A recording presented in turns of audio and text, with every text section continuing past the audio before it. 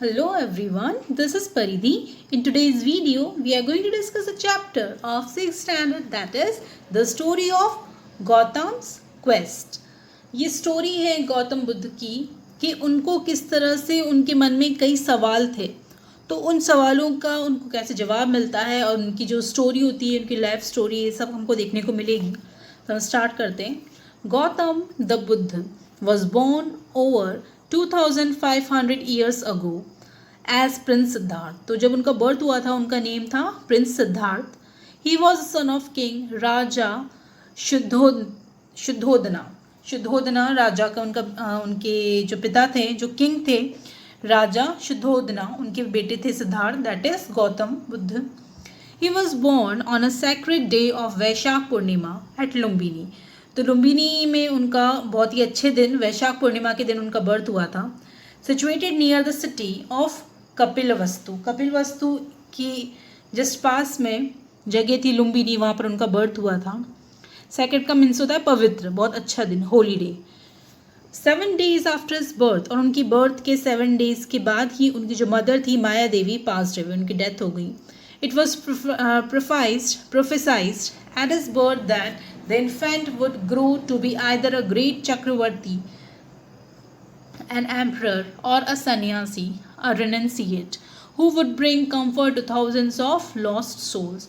तो जब उनका मीन्स उनके बर्थ के कुछ टाइम बाद या उनके बर्थ के टाइम पर ही ये प्रोफेसाइड का मीन्स होता है कि आप कह सकते हैं घोषणा, भविष्यवाणी.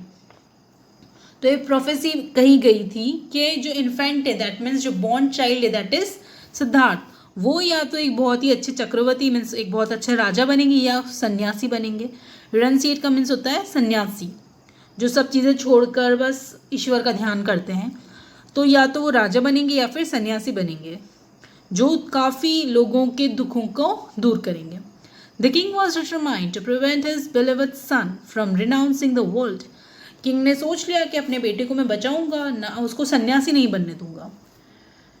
रिनाउंसिंग का मतलब होता है छोड़ देना किसी चीज़ को, उसको त्याग देना. तो उन्होंने यही डिसाइड किया कि मैं अपने बेटे को इस वर्ल्ड को तो नहीं त्यागने दूंगा.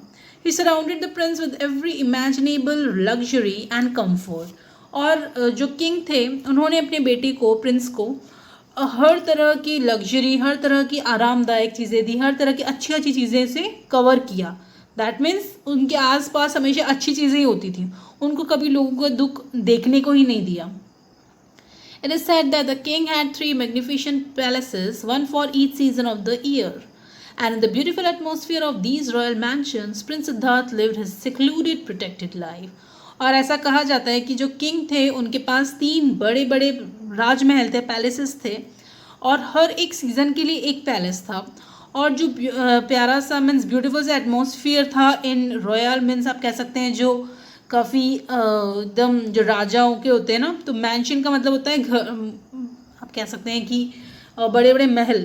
तो जो रॉयल मैंशंस थे, जो बड़े बड़े महल थे राजा के, तो उन सब से प्रिंस सिद्धार्थ को हमेशा उसमें ही रखा गया, उसमें ही वो रहे और उनकी लाइफ को सबसे एकदम दूर करा. मीन्स कोई उनके पास नहीं जाता था, जो कोई से मतलब जो पब्लिक थी वो उनके पास कोई नहीं जा पाता था आम जन में से, और उनकी लाइफ हमेशा प्रोटेक्टेड रहती थी. दैट मीन्स कोई भी उनको विजिट नहीं करता था, क्योंकि कोई विजिट करेगा तो कोई कुछ बात करेगा, और प्रिंस जो किंग थे वो चाहते नहीं थे कि प्रिंस को कुछ भी पता चले दुनिया के बारे में, तो इसलिए वो उनको हमेशा सेव करके रखते थे, प्रोटेक्ट करके रखते थे. तो आपका question number 1 is what was prophesied at the birth of Prince Siddharth. Prince Siddharth के बर्थ पर क्या प्रोफेसी या क्या भविष्यवाणी, क्या प्रोफेसाइड किया गया था. In good time, the prince was married to one of the most beautiful girls of realm, Princess Yashodhara, the daughter of Kolian king. तो अच्छे समय में प्रिंस की शादी हो गई. एक बहुत ही ब्यूटीफुल गर्ल थी, एक अच्छा किंगडम था, उसकी प्रिंसेस थी वो यशोधरा उनका नेम था, जो कोलियन किंग की बेटी थी, उनसे उनकी शादी हो गई. Soon a son Rahul was born to them. और बहुत जल्दी उनका बेटा राहुल उसका जन्म हुआ. At the age of 29, Siddharth went out to see his kingdom and to meet his subjects. और जब 29 ईयर्स के हुए, सिद्धार्थ उस टाइम किंगडम को देखने के लिए बाहर गए और अपने सब्जेक्ट्स मीन्स आप जो पीपल होते हैं, तो उन पीपल से मिलने के लिए, उन लोगों से मिलने के लिए वो बाहर गए. He beheld what the Buddhist books call the four signs witness to the impermanence of the world. Beheld का मतलब होता है ऑब्जर्व करना. तो उन्होंने ऑब्जर्व किया, उन्होंने देखा हर जगह कि जो बुद्धिस्ट की बुक थी, जो फोर साइंस जो बुक थी उनकी, तो वो किस तरह से बताती है कि वर्ल्ड परमानेंट नहीं है. इम्परमानेंस मीन्स कि टेम्पररी है, हर चीज़ टेम्पररी है. He saw an old man, a diseased man, a dead man and a monk. जो सिद्धार्थ थे उन्होंने ओल्ड मैन को भी देखा, बीमार आदमी को भी देखा, डेड मैन को भी देखा और मॉन्क को भी देखा. Monk means again sannyasi. And then entered into his heart a vision of dukh, the world sorrow. और उसके बाद उनके दिल में एक विजन ऑफ दुख, दैट मीन्स वर्ल्ड का सॉरो, कि दुनिया कितनी दुखी है, ये वाला थॉट उनके मन में आया. What is the way out of the world sorrow. उन्होंने अपने आप से पूछा कि क्या तरीका है कि दुनिया का दुख दूर हो जाए. और बार बार repeatedly he used to ask this question. The unanswerable question led him to renounce worldly life, leave his wife and son and set out in quest of the truth of life. और इस question का उनको answer नहीं मिल रहा था. इसके कारण उन्होंने जो वर्ल्डली लाइफ थी, जो सारा राजमहल, सब आराम, लग्जरी, कंफर्ट, सब चीज़ों को उन्होंने छोड़ दिया, त्याग दिया. अपनी वाइफ को, अपने बेटे को, सबको त्याग दिया, छोड़ दिया. और फिर इस क्वेस्ट का मतलब होता है अगेन कोई चीज़ आपको, जिसका आंसर आपको ढूंढना होता है, प्रश्न. तो वो क्वेस्ट के लिए ट्रुथ ऑफ लाइफ, कि लाइफ का सच्चाई क्या है, इस खोज में वो आगे बढ़ती है. The story of Gautam's quest that ends in illumination and attainment of Nirvana is one of the most moving tales of our times. और हमारे समय की सबसे अच्छी कहानियों में से आती है कि जो गौतम है, उनका जो क्वेस्ट है, उनकी जो खोज रहती है, वो जो सर्च करते हैं कि किस तरह से इल्यूमिनेशन ऑफ द अटेनमेंट का मतलब होता है किसी चीज़ को हासिल करना. तो किस तरह से वो निर्वाण को हासिल करते हैं, और उसको हासिल करने के बाद वो किस तरह से उनके मन में एक चमक आ जाती है, इल्यूमिनेट हो जाते हैं, वो उनके अंदर लाइट आ जाती है, रोशनी आ जाती है. तो इस टाइप की जो कहानियाँ होती हैं वो हमारे टाइम की काफ़ी इम्पॉर्टेंट, या आप कह सकते हैं कि ऐसी कहानियाँ थी जो बच्चों को काफ़ी सुनाई जाती थी इंस्पायर करने के लिए. तो question number 2 is what did Siddhartha see when he went out to see his kingdom. जब वो अपने किंगडम को देखने गए तब उन्होंने क्या देखा, क्या ऑब्जर्व किया. निर्वाण का मतलब होता है कि ऐसा आप कह सकते हैं कि यहाँ पर अटेनमेंट ऑफ निर्वाण जो है, तो निर्वाण मीन्स अपने सारे दुख तकलीफ़ों से अगर आप अपने आप को अलग कर देते हो, दैट मीन्स आप अपने आप को ऐसा बना लेते हो कि आपको कोई दुख नहीं होता, कोई सुख नहीं मिलता. ये जो दुनिया होती है ना, उन सब से हम बिल्कुल दूर हो जाते हैं. ये कोई खुशी की बात है तो हम नॉर्मल हैं, कोई दुख का कारण है तो हम नॉर्मल है. तो निर्वाण होता है कि हमें किसी भी चीज़ से कोई लेना देना नहीं होता. तो इस टाइप की वो क्वेस्ट ढूंढना चाहते थे, इस टाइप का वो खोज करना चाहते थे इस क्वेश्चन का. For 6 years did Gautam practise intense asceticism. Asceticism का मतलब होता है कि स्ट्रिक्ट वे, जिसमें कोई भी आराम नहीं होता है, कोई भी अच्छी चीज़ें आपके साथ, मीन्स अच्छी चीज़ें नहीं होती आपके पास, कि हमें आराम के लिए, लेटने के लिए अच्छा सा बेड है, या खाने के लिए अच्छी चीज़ें हैं, कपड़े अच्छे हैं, ये सब नहीं, सब सिंपल चीज़ें थी उनकी. For several days in succession he ate barely a grain of rice. और यहाँ तक कि कुछ दिनों तक उन्होंने सिर्फ ग्रेन, एक छोटा टुकड़ा चावल का उन्होंने खाया था. हिज बेयरली एट का मतलब होता है वो भी मुश्किल से खाया. His strong athletic body was reduce to a bag of bones. उनकी जो स्ट्रॉन्ग बॉडी थी, एथलेटिक मीन्स जो एकदम तंदुरुस्त हेल्थी सी बॉडी थी, वो अब बैग ऑफ बोन्स मीन्स सिर्फ स्केलेटन जितनी, मतलब दुबली पतली हो गई. But it serve no purpose. लेकिन उससे कुछ फ़ायदा नहीं मिला. The Buddha then scattered a handful of grass on the ground beneath the Bodhi tree. और उसके बाद उन्होंने बोधि ट्री था जिसके नीचे बैठ के उन्होंने तपस्या की थी. तो बोधि ट्री के अंदर उन्होंने क्या किया, कुछ हाथ में कुछ घास को पकड़ लिया और उसको फैला दिया. And formed a seat for him. और उसको अपने बैठने के लिए जगह बना ली. I care not if my skin and nerves and bones decay. He thought, उन्हें बोला कि मुझे कोई चिंता नहीं अगर मेरी बोन्स हैं, जो मेरी स्किन है, जो मेरी नसें हैं, नर्व्स हैं, अगर वो सब ख़राब भी हो जाती हैं, ख़त्म भी हो जा रही, तो भी मुझे कोई चिंता नहीं. I care not if my blood dries, life blood dries. I shall not give up until I attain to enlightenment. उन्हें कहा कि मुझे कोई चिंता नहीं है अगर मेरा खून पूरा सूख भी जाता है, लेकिन मैं तब तक हार नहीं मानूंगा जब तक मैं एनलाइटमेंट को नहीं हासिल कर लूँ. एनलाइटमेंट का मतलब होता है अपने मन में, आप कह सकते हैं कि अपने क्वेश्चन का आंसर मिल जाना, या फिर अपने मन में एक भगवान का लाइट हो जाना, भगवान का प्रकाश आ जाना, वो एनलाइटमेंट होता है. कि मन में आप भगवान के प्रति पूरे, आप भगवान को ही सोच रहे हैं, भगवान में ही आपका ध्यान है, और आपके मन में अगर कोई ज्योत है, कोई लाइट है, that is enlightenment.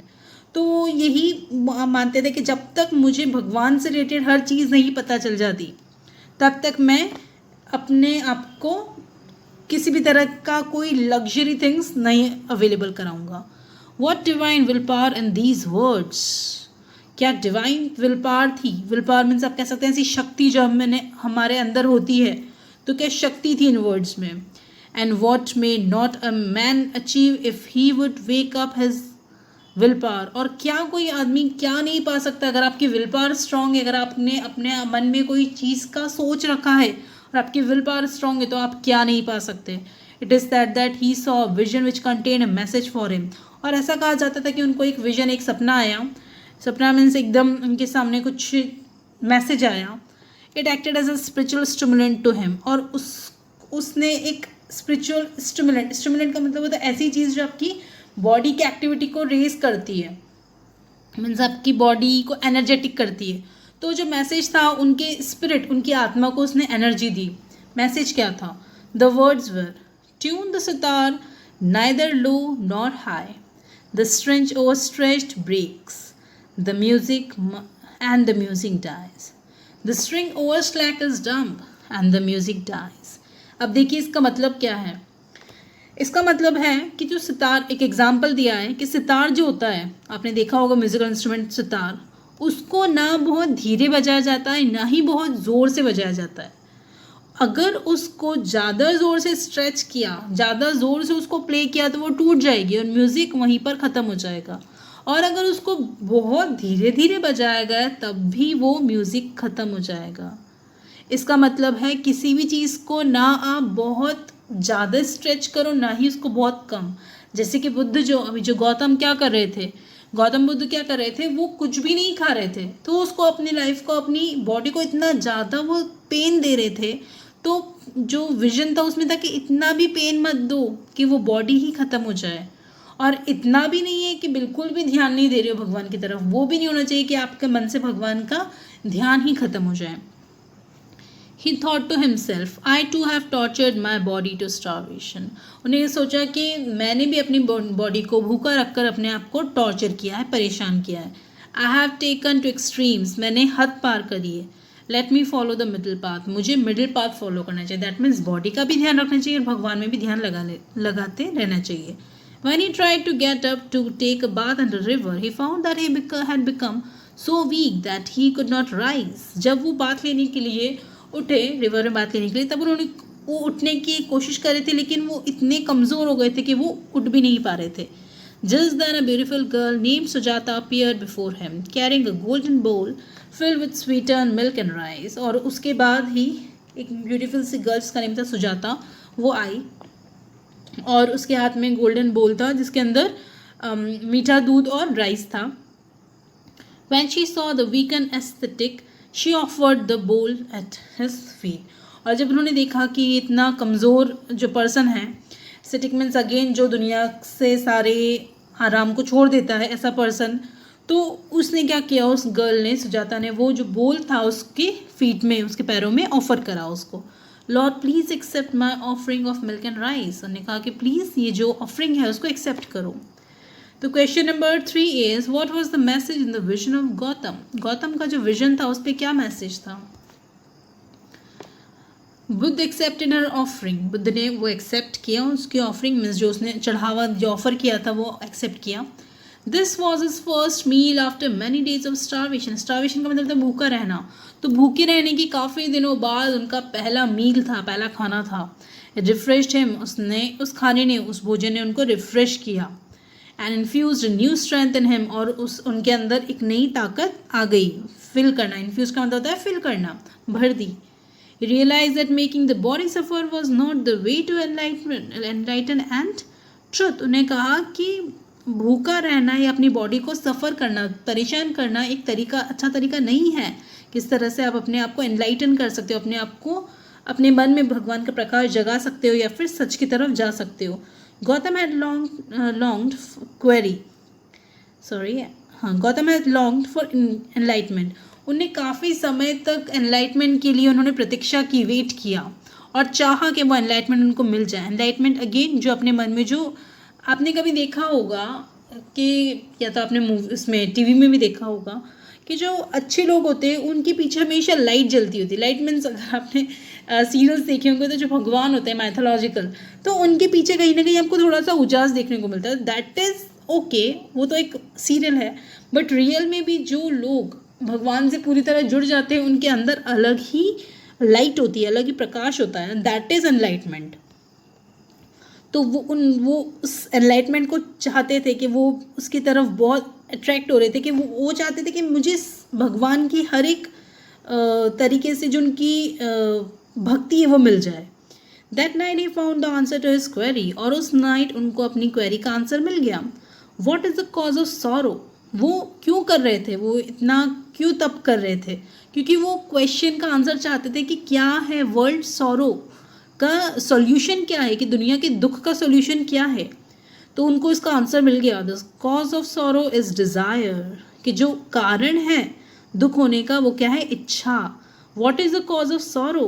That is desire.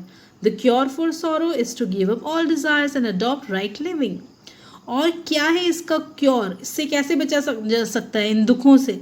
तो दुख से आप तब बच सकते हो जब आप सारी इच्छाओं को त्याग दो, गिव अप कर दो, ख़त्म कर दो, और राइट लिविंग, सिर्फ अच्छे से रहना सीखो।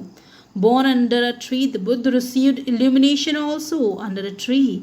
और अपने ट्री के नीचे, बोधि ट्री के नीचे बैठे बैठे जैसे उनको अपने सवालों को, क्वेश्चन का आंसर्स मिला, उसी तरह उनको इल्यूमिनेशन भी मिला, उनको अपने आप में चमक भी मिली, अपनी जो रोशनी वो ढूंढ रहे थे मन में वो उनको मिली। To this day we venerate this tree as the Bodhi tree. और इस दिन से हम रिस्पेक्ट से इस ट्री को क्या कहते हैं, बोधि ट्री कहते हैं। तो question number 4 is what did Gautam realize after being refreshed. जब वो रिफ्रेश हुए खाकर, जब वो मिल्क और राइस को उन्होंने जब जस्ट खाया, उस टाइम उनको जब रिफ्रेश हुआ उसके बाद उन्होंने क्या रियलाइज़ किया। Question number 5 is what is the cause of sorrow according to Gautam. Gautam के हिसाब से सॉरो का क्या कॉज है, क्या कारण है दुख का। तो आई होप आपको आज का चैप्टर समझ में आया होगा। अगर कोई भी डाउट हो तो feel free to ask me. Okay then, take care, stay safe.